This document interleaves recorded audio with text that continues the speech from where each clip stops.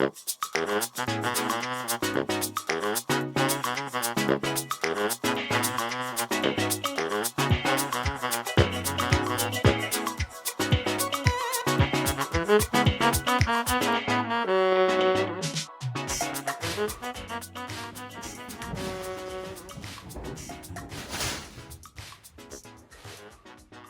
lovely people, cheese lovers across the globe. Welcome to Cheese of the Week, where we give you wild ideas about new and delicious cheeses to buy to up delicious your keto. Because keto can get a bit boring. Mundane? No, it really can. If you're just eating your cheddar and your mozzarella, and your cheddar and your mozzarella, and your cheddar and your mozzarella, it can get a bit dull. However, there's thousands of fantastic cheeses out there in Cheeseland, and they could totally change your cheese boredom or help you out of that cheese rut in which you may find yourself. You know, every once in a while, I like to sit on the other side.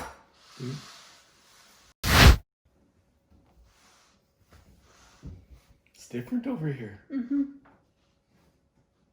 Okay, so today we have from Litchfield, Connecticut, just up the road, Arethusa Farm. We have Mount Tom, Connecticut artisan cheese with bright... Stampede! With bright, bold, evergreen aromas, Mount Tom is a nutty, alpine-style cheese with a light, mouth-watering tang. Focus. I'm focused. Cheese. I'm focused. I was looking at it this way. Ingredients: pasteurized cow milk, salt, rennet, and cultures. Keep refrigerated.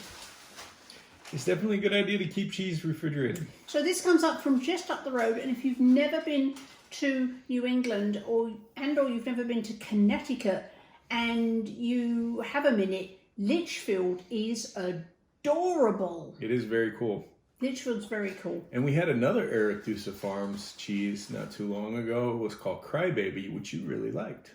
I loved the Crybaby from Arethusa Farm. So, not sure if you can get Arethusa Farm cheese. If you can, highly recommend that you check them out. So, I am going to attempt to get in the Mount Tom cheese so we can taste it.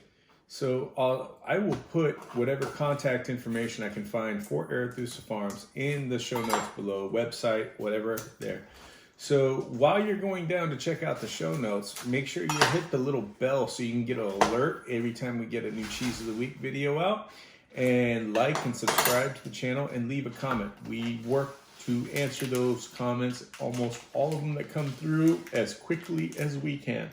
Also, your support of Cheese of the Week and recipe videos and the Fatty Joe Show podcast videos with illustriously smart people like Amy Berger and Dr. Peter Ballestead and Dr. Ted Naiman and an assortment of other fine people, that it helps us to continue to support these little local farmers and not so local, but little farmers who make these fantastic cheeses which help to make keto completely sustainable and a lot more delicious and a lot more fun, because goodness knows it would be hard to sit here and talk about cheddar for 32 weeks. I think this is episode 32. I don't even know what number we're up to. We could Forrest Gump it. You could cheddar, macaroni, cheese, cheddar.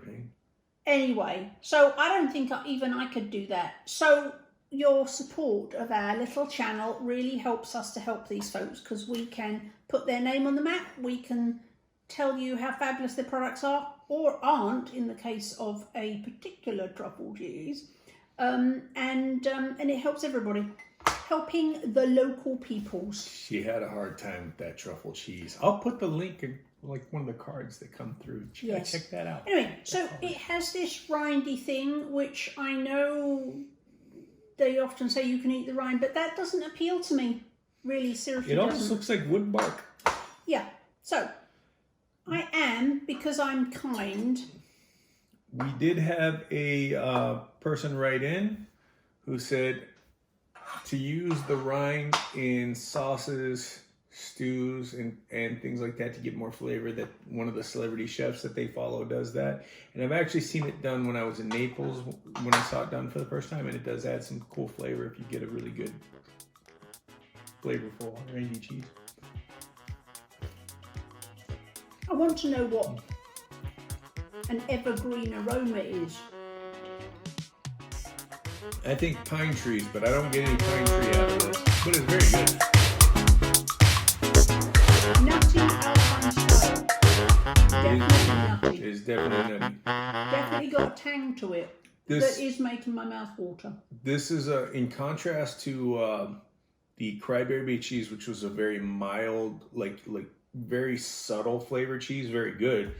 This flavor is very bold up front. It's almost got almost a grittiness to it, and it's definitely got some funk to it, but like good funk, not like hard funk. I like this.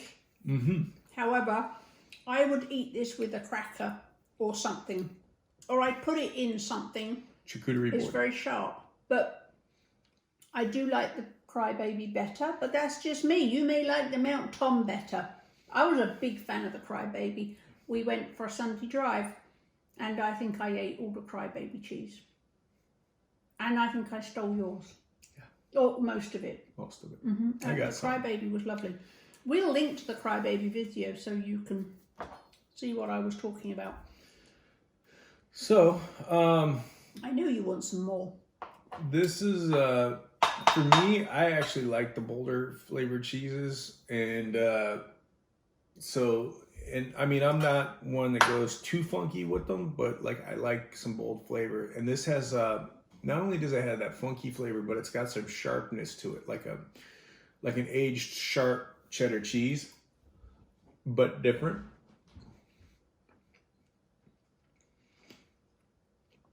And honestly, I think if you're going to do like a salad, a little bit of this grated over a salad, especially if you're going to do a salad that has a lot of meat in there, like,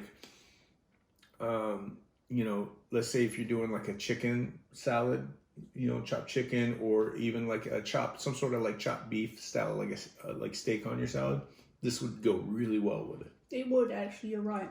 I think I would prefer it if it was a little bit diluted, and a salad would be a perfect way to do that. Yeah.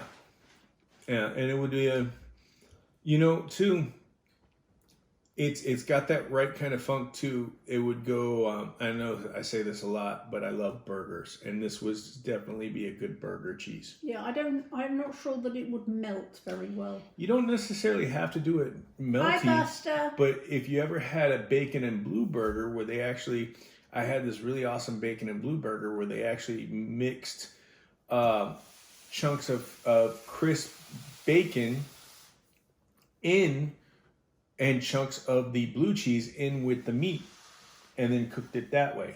That would be awesome with that. Yeah.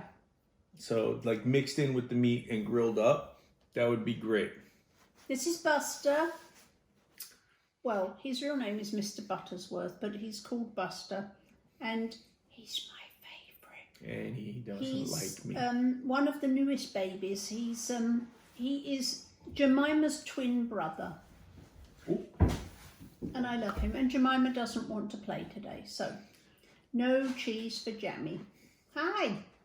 Okay, well, that's what we have for you this week. Arethusa Farm Mount Tom. If you can get it, please buy some. Like, subscribe, and hit the bell for the alerts. Don't forget to do that, and leave us a comment and let us know what you think. And don't ever be afraid to go buy some exciting cheese and let us know about it. Like Linda, one of our rock stars, one of our patrons did. She said, please review Ski Queen. So we went and tracked down some